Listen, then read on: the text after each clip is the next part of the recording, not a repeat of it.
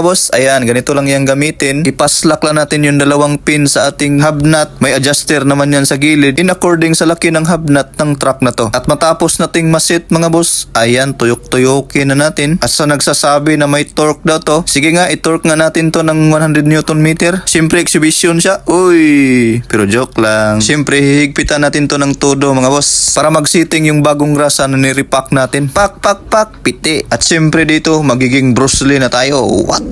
Sa ganito kalaki mga boss, sinisipa lang namin pero sa mga malalaki na talaga gumagamit kami ng maso para mag-sitting talaga yung bagong grasa kasi kapag hindi yan nag-sitting, hindi mo makukuha yung tamang higpit nito for sure. At matapos nating mag-sitting, kabit na natin tong SSC natin ulit at dito luluwagan na natin mga boss. Ayan. At sa nagsasabing may torque daw to, ayan, pakita ko sa inyo ha. Ayan, luwag na. Ito, ganito lang ang higpit niyan. Nasaan ang torque dyan mga boss? Kung baga parang sinasagad mo lang yung free wheel na ikot ng bearing dahil kapag tinorque mo yan kahit